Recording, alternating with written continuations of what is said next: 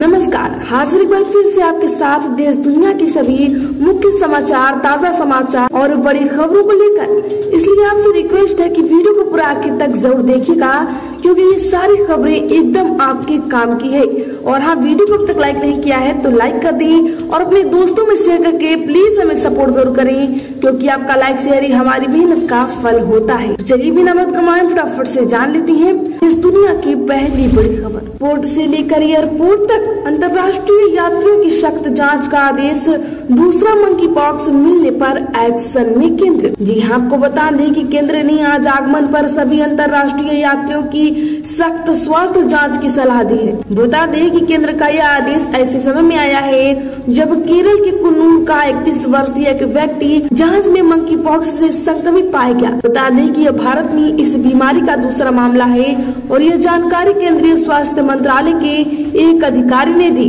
इससे पहले बता दें आपको कि अफ्रीकी देश से आने वाले यात्रियों के लिए स्क्रीनिंग की सलाह दी गई थी। और वहीं केंद्रीय स्वास्थ्य और परिवार कल्याण मंत्रालय ने हवाई अड्डों और बंदरगाहों पर भारत आने वाले अंतर्राष्ट्रीय यात्रियों की स्वास्थ्य जांच के कामकाज की समीक्षा की। दोस्तों, अगली बड़ी खबर, भ्रष्टाचार पर सीएम योगी का बड़ा एक्शन। पीडब्ल्यूडी मंत्री जितिन प्रसाद के ओएसडी को हटाया, केंद्र को वापस भेजने की संस्तुति। जी आपको बता दें कि लोक निर्माण विभाग के इंजीनियरों और अफसरों के तबादले में हुई धांधली में सीएम योगी ने कड़ा एक्शन लिया है। बता दें कि पहले राज्य विभागीय मंत्री जितिन प्रसाद के विशेष कार्याधिकारी अनिल कुमार पांडे पर गिरी है। वहीं ने तत्काल प्रभाव से कार्य मुक्त करते हुए भारत सरकार को वापस करने का आदेश शासन ने जारी कर दिया है। बता दें कि पांडे के खिलाफ विभाग में हुए तबादले में भ्रष्टाचार की गंभीर शिकायतें मिली हैं। वहीं उन्हें केंद्र सरकार को वापस करते हुए उनके खिलाफ सतर्कता अधिष्ठान की जांच कराने की केंद्र से संस्तुति की गई है। बता दें कि यह कार्रवाई मुख्यमंत्री के निर्देश पर गठित 3 IAS अधिकारियों की जांच कमेटी की सिफारिश पर की गई है। वहीं अगली बड़ी खबर, MSP के लिए मोदी सरकार ने गठित की कमेटी। संयुक्त किसान मोर्चा के 3 सदस्य भी होंगे शामिल। यहाँ आपको बता दें कि केंद्र सरकार ने बड़ा फैसला लेते हुए MSP पैनल गठित किया है। बता दें कि इस कमेटी में संयुक्त किसान मोर्चा के 3 सदस्यों को भी शामिल किया जाएगा।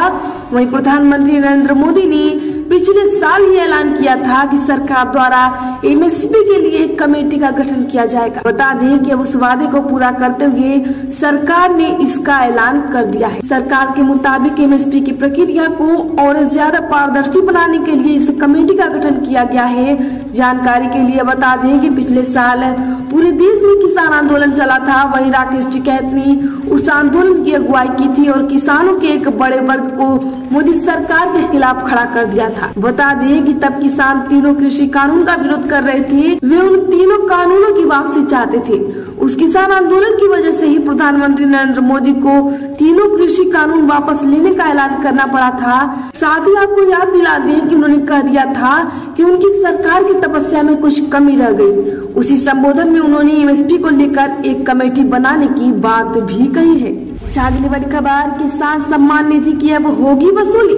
ऐसे लोगों की कृषि विभाग ने बनाई सूची राजस्व विभाग को सौंपी गई। यहाँ आपको बता दें कि प्रधानमंत्री किसान सम्मान निधि में 65 मृतक भी योजना का लाभ ले रहे हैं। बता दें कि विभाग ने जिले में 65 ऐसे मृतक किसानों से रिकवरी वसूली की है, जिनकी मरने के बाद उन्हें बराबर किस्तें जा रही थी। बता दें कि विभाग ने उक्त मृतक किसानों से पूरी रिकवरी ले ली है। आपकी जानकारी के लिए बता दी कि कई सारे जिले में केवल 141 किसानों से अभी तक 11.17 लाख की रिकवरी वसूली की गई है। वहीं कृषि विभाग ने अभी इन किसानों का डाटा राजस्व विभाग को दे दिया है। बता दें कि वहां से इनकी RC जारी हो सकती है। वहीं केंद्र सरकार द्वारा लघु एवं सीमांत किसानों को प्रधानमंत्री किसान सम्मान निधि में साल में 6000 रुपए दिए जाने हैं। अगली बड़ी खबर, उद्धव ठाकरे को लग सकता है बड़ा झटका। 12 सांसद शिंदे के संपर्क में बदल सकते हैं पाला। जी आपको बता दें कि विधायकों की बगावत के बाद उद्धव ठाकरे को लगातार झटके लग रहे हैं। उद्धव के करीबी रही और शिवसेना के वरिष्ठ नेता ने उद्धव गुट से इस्तीफा दे दिया है। वहीं सूत्रों का कहना है कि उद्धव गुट को एक बड़ा झटका और लगने वाला है। रिपोर्ट्स के मुताबिक 12 सांसद एकनाथ शिंदे गुट के संपर्क में हैं और भी जल्द ही गुट बदल सकते हैं। अगली बड़ी खबर, SBI ने फिक्स्ड डिपॉजिट पर इन अवधियों के लिए बढ़ाया इंटरेस्ट रेट, जाने पूरी डिटेल। जी आपको बता दें कि देश के सबसे बड़े सार्वजनिक क्षेत्र के बैंक भारतीय स्टेट बैंक ने कुछ निश्चित अवधि के लिए अपनी एफडी की ब्याज दरों में बढ़ोतरी कर दी है। बता दें कि एसबीआई की बढ़ी हुई दरें पिछले सप्ताह से लागू की जा चुकी हैं। वही आपको बता दें कि एसबीआई एफडी की ब्याज दरें 2 करोड़ रुपए और उससे अधिक की घरेलू जमा पर लागू की जाती है। बता दें कि यह बढ़ोतरी ऐसे समय पर हुई है जब स्टेट बैंक ने हाल ही में MCLR के रेट में भी बढ़ोतरी की है। दोस्तों अगली बड़ी खबर जानिए क्या है चिराग योजना, जिसे बताया जा रहा है सरकारी स्कूलों को खत्म करने की साजिश। सड़कों पर उतरे हरियाणा के शिक्षक। जी आपको बता दें कि हरियाणा सरकार द्वारा राज्य में शिक्षा विभाग में चिराग योजना शुरू की गई है। बता दें कि इस योजना के खिलाफ राज्य के शिक्षक सड़कों पर उतर गए हैं। वही हरियाणा विद्यालय संघ ने इस योजना का विरोध करते हुए इसे वापस लेने की मांग की है। बता दें कि अध्यापक संघ के एक नेता ने कहा है कि इस योजना के चलते सरकारी स्कूल बंद हो जाएंगे। साथ ही उन्होंने कहा है कि अगर सरकार इस योजना को वापस नहीं लेती है तो हरियाणा विद्यालय अध्यापक संघ बड़ा आंदोलन करेगा। दरअसल हरियाणा सरकार राज्य आर्थिक रूप से कमजोर वर्ग के बच्चों को प्राइवेट स्कूलों में दाखिला दिलाने के लिए चिराग योजना के तहत आर्थिक मदद देगी। राज्य सरकार दूसरी क्लास से 12वीं क्लास तक के बच्चों के लिए निजी मान्यता प्राप्त विद्यालयों में पढ़ने के लिए मुख्यमंत्री सम्मान शिक्षा राहत सहायता एवं अनुदान की स्कीम लेकर आई है। अगली बेहद बड़ी खबर 20 जुलाई से फिर से पटरी पर दौड़ेगी Udaipur city Pataliputra Humsafar express train. यह बता दें कि बिहार से दिल्ली सफर करने वाले रेल यात्रियों के लिए खुशखबरी है।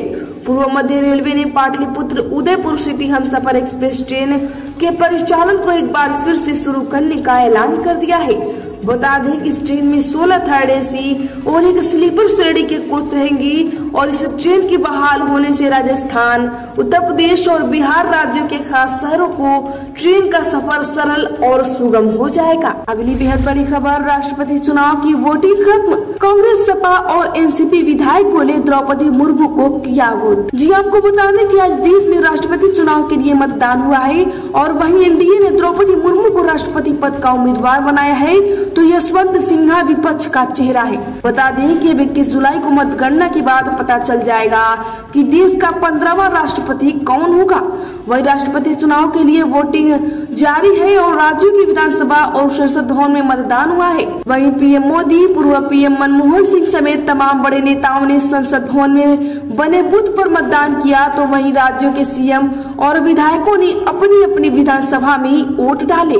अच्छा अगली बड़ी खबर 5G की नीलामी के लिए रिलायंस जियो ने 1400 करोड़ रुपए की अग्रिम राशि जमा कराई। यहाँ आपको बता दें कि दूरसंचार कंपनी रिलायंस जियो इंफोकॉम ने 5G नीलामी शुरू होने से पहले 1400 करोड़ रुपए की अग्रिम राशि जमा कराई है। बता दें कि वहीं भारतीय एयरटेल ने भी अग्रिम रूप से 5500 करोड़ रुपए जमा कराए हैं। तो दूरसंचार विभाग की वेबसाइट पर पात्रता पूर्व बोलीदाताओं की सूची प्रकाशित की गई है। इसके मुताबिक अडानी डेटा नेटवर्क्स की EMD राशि 100 करोड़ रुपए है। लेते हैं अगली बड़ी खबर अखिलेश यादव बोले राजभर और शिवपाल को जाना है तो जाएं, भाजपा ने लिखवाई चाचा से चिट्ठी, दिल्ली से हुई वायरल। जी आपको बता दें कि सपा अध्यक्ष अखिलेश यादव ने आरोप लगाया है कि भाजपा ने सपा विधायक एवं चाचा शिवपाल यादव से उनके नाम की चिट्ठी लिखवाई और फिर उसे दिल्ली से वायरल किया।